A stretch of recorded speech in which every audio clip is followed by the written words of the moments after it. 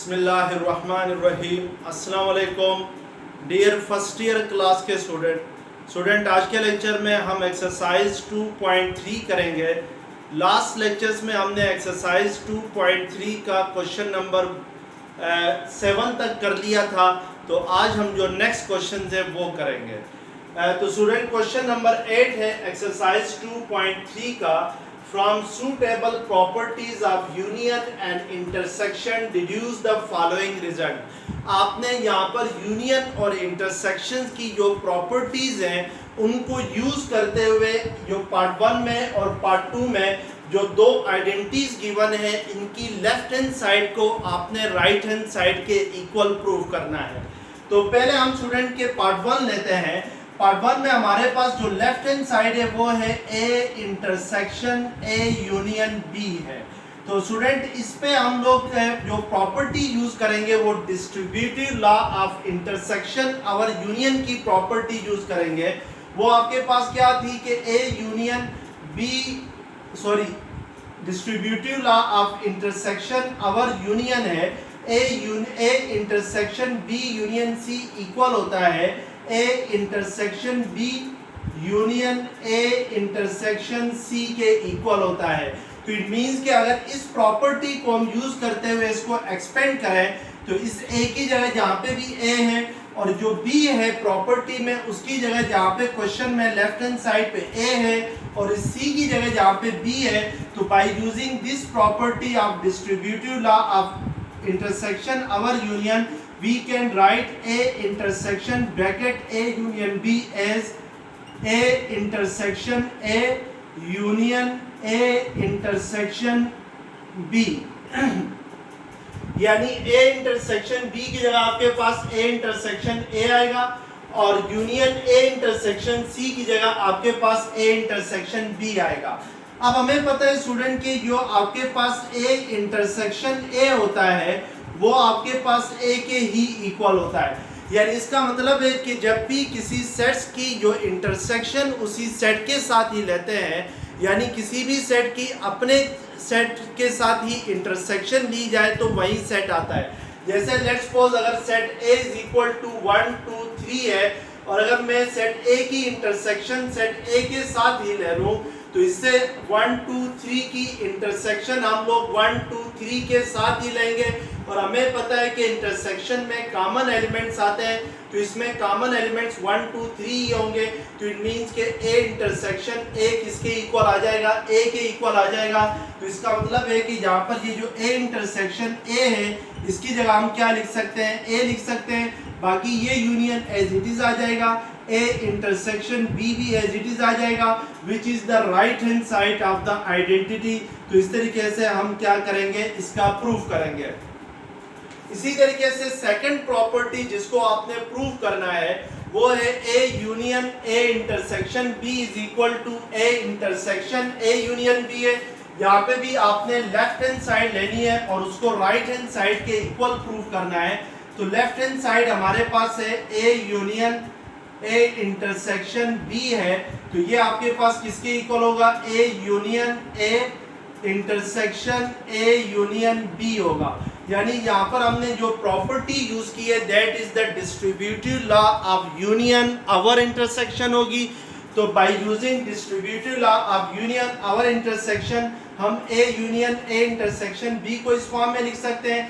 ए union ए क्या होगा, ए के ही इक्वल होगा, यानी किसी सेट्स की अपने साथ ही यूनियन उसी सेट के ही इक्वल होती है। तो इट मींस के A union A will be equal to A intersection A union B as it is आ जाएगा। तो which is the right hand side of the identity. तो इट मींस के लेफ्ट हैंड साइड फिर किसके equal हो गई, राइट हैंड साइड के इक्वल हो गई। तो इस तरीके से आपने इन आइडेंटिटीज को क्या करना है, प्रूफ कर। अब आपके पास क्वेश्चन नंबर 9 है, using Venn diagram verify the result, और इसका पार्ट 1 है A intersection B complement is equal to A if and only if A intersection B is equal to empty set. Student A intersection B is equal to empty set phi, ये जो phi है ये symbol किसको represent करता है, empty set को represent करता है। एम्प्टी सेट मीन्स के खाली सेट, तो इसका मतलब है कि दो सेट्स की इंटरसेक्शन एम्प्टी तब आती है जब दोनों डिसजॉइंट सेट हो। यानी जैसे लेट्स सपोज अगर set A is equal to 1 2 3 है और set B is equal to 4 5 है, अगर मैं यहाँ पर सेट A और सेट B क्या है आपके पास डिसजॉइंट सेट है। डिसजॉइंट सेट वो होते हैं जिनमें कोई भी एलिमेंट कॉमन ना हो, तो इट मीन्स के फिर A इंटरसेक्शन B करता हूँ, तो क्योंकि दोनों सेट्स में कोई कॉमन एलिमेंट नहीं है, तो इट मीन्स के A इंटरसेक्शन B क्या आएगी, एम्प्टी सेट आएगी। अब यहाँ पर आपने इसको वेरीफाई करना है इस प्रॉपर्टी को बाय यूजिंग वेन डायग्राम। अब यहाँ पे पार्ट 1 में आपके पास क्या है कि A intersection B complement equal to A होगा if and only if A intersection B is equal to empty set. तो यहाँ पे स्टूडेंट आपने पहले सपोज करना है A intersection B complement equal to A, और फिर इसके जरिए से आपने ये प्रूव करना है कि A और B या डिसजॉइंट सेट है, यानी A intersection B is equal to empty set आनी चाहिए। फिर इसका कन्वर्स भी करना होता है। जब भी आपके पास इफ एंड ओनली इफ की कंडीशन आ गई तो आपने इसको लेके इसको प्रूव करना है, फिर इसको लेके इसका प्रूव करना है। तो पहले हम यहाँ पे सपोज करते हैं कि A intersection B complement is equal to A, यानी A इंटरसेक्शन B कंप्लीमेंट को हम सपोज करते हैं किसके इक्वल है, A के इक्वल है। तो जैसे अगर मैं इसके लिए फिगर बनाऊं वेन डायग्राम के जरिए हमने करना है, तो A intersection B complement equal to A कब होगा, जब मेरे पास लेट्स सपोज ये सेट A है ये सेट B है।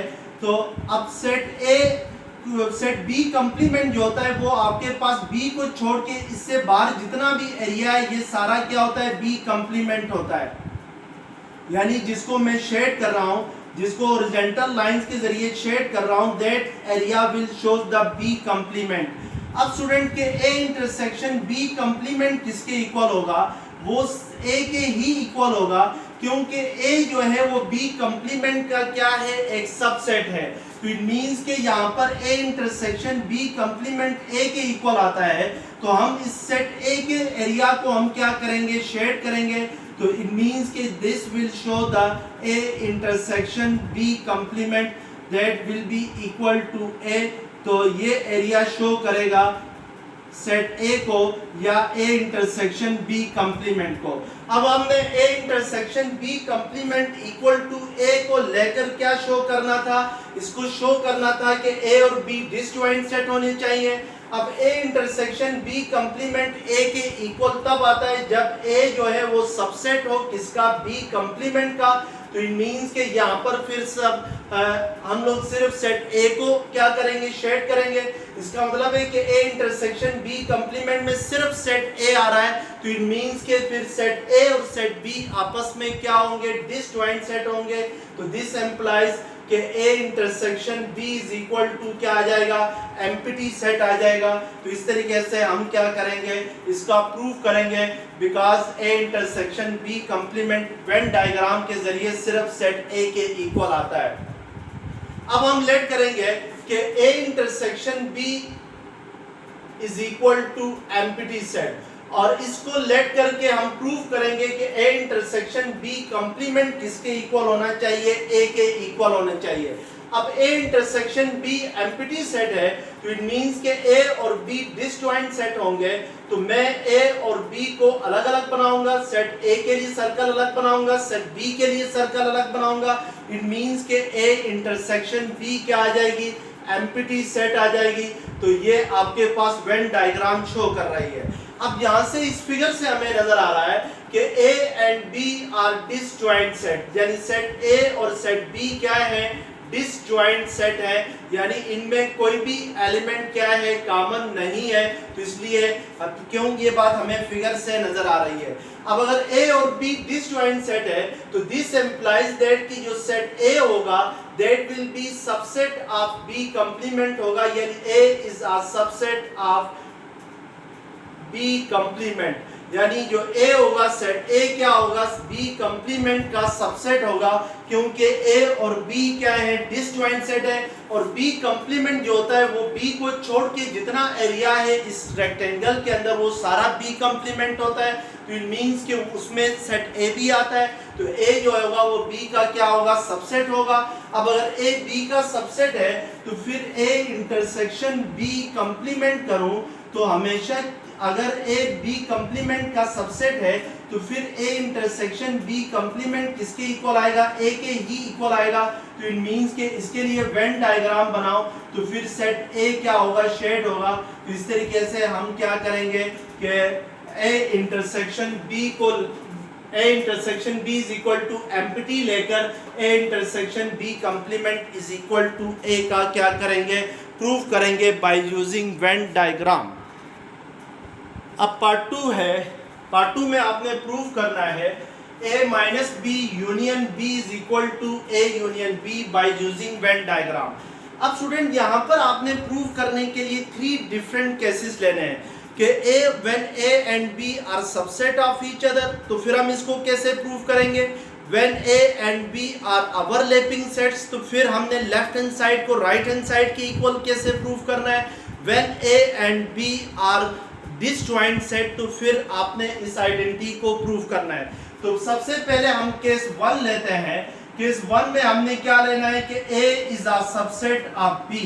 क्या a अगर b का सबसेट हो तो फिर हमने लेफ्ट हैंड साइड को राइट हैंड साइड के इक्वल प्रूव करना है बाय यूजिंग वेन डायग्राम। तो उसके लिए पहले हम a सबसेट है b का, तो इट मींस के सेट b को बाहर बनाएंगे और उसके इनसाइड सेट a बनाएंगे।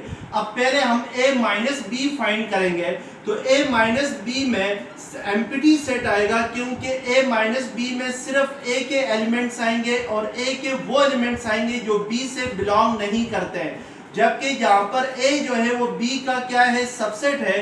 तो इट मींस के a का हर एलिमेंट b से बिलोंग कर रहा है, तो इट मींस के फिर a माइनस बी में कोई भी एलिमेंट नहीं आएगा।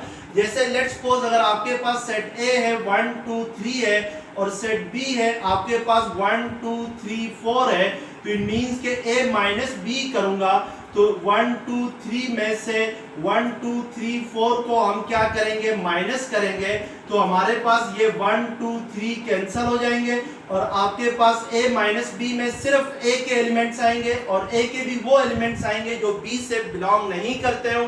तो A के सारे एलिमेंट B से बिलोंग करते हैं, तो इट मींस के यहाँ पर ये एम्प्टी सेट आएगा, 4 नहीं आएगा क्योंकि 4 जो है वो B का एलिमेंट है। तो इट मींस के A माइनस बी में एम्प्टी सेट आएगा। अब A माइनस बी की हमने यूनियन लेनी है किसके साथ, सेट B के साथ। तो हमें पता है कि A minus B empty set है और सेट B जो है वो एक नॉन एम्प्टी सेट है। तो इट मींस कि A minus B union B करता हूं तो इन यूनियन में हमें पता है कि जब भी दो सेट्स की यूनियन लेते हैं तो दोनों के सारे एलिमेंट्स आ जाते हैं। तो इट मींस कि ये जो B है इस सारे को शेड करेंगे, तो इसका मतलब ये हुआ कि ये जो शेडेड एरिया है this will shows the A minus B union B को शो करता है। अब हमने left hand right hand side लेनी है और राइट हैंड साइड को प्रूव करना है। तो राइट हैंड साइड में हमारे पास क्या है कि A यूनियन B है और हमने केस 1 में क्या लिया है कि set A is a subset of set B। तो इट मींस के A यूनियन B फाइंड करना चाहें तो सेट A और सेट B के सारे एलिमेंट्स आएंगे। जब इसकी यूनियन लेंगे तो इट मींस के सेट A के भी एलिमेंट्स को शेड करना होगा और सेट B के भी एरिया को शेड करना होगा, क्योंकि A सबसेट है सेट B का। तो इट मींस कि सिर्फ B का एरिया शेड होगा। तो इट मींस के यहाँ पर ये दोनों में सेम एरिया शेड हो रहा है लेफ्ट हैंड साइड और राइट हैंड साइड में। तो इट मींस के left hand side is equal to right hand side होगी। इसी तरीके से हम केस 2 लेंगे। केस 2 में हमने क्या लेना है कि when A and B are overlapping set. अगर A और B ओवरलैपिंग सेट्स होंगे तो फिर क्या left hand side right hand side के इक्वल होगी कि नहीं होगी, ये चेक करना है। When A and B are overlapping sets वो होते हैं जिसमें कुछ एलिमेंट्स कॉमन हो। जैसे लेट्स सपोज सेट A है 1 2 3 है और सेट बी आपके पास है 3 4 5 है, तो इसमें सिर्फ एक ही एलिमेंट कॉमन है, दैट इज 3। तो इट मींस के ए और बी फिर क्या होंगे, ओवरलैपिंग सेट्स होंगे। अगर ए और बी ओवरलैपिंग सेट्स हो तो पहले लेफ्ट हैंड साइड के लिए वेन डायग्राम ड्रॉ करते हैं। अगर ओवरलैपिंग सेट्स होंगे, दो सेट्स अगर ओवरलैपिंग हो तो फिर दोनों के लिए सर्कल बनाते हुए दोनों सर्कल्स का कुछ रीजन यानी सम रीजन कॉमन रखना होगा, और कॉमन रीजन में दोनों सेट्स के कॉमन एलिमेंट्स आएंगे।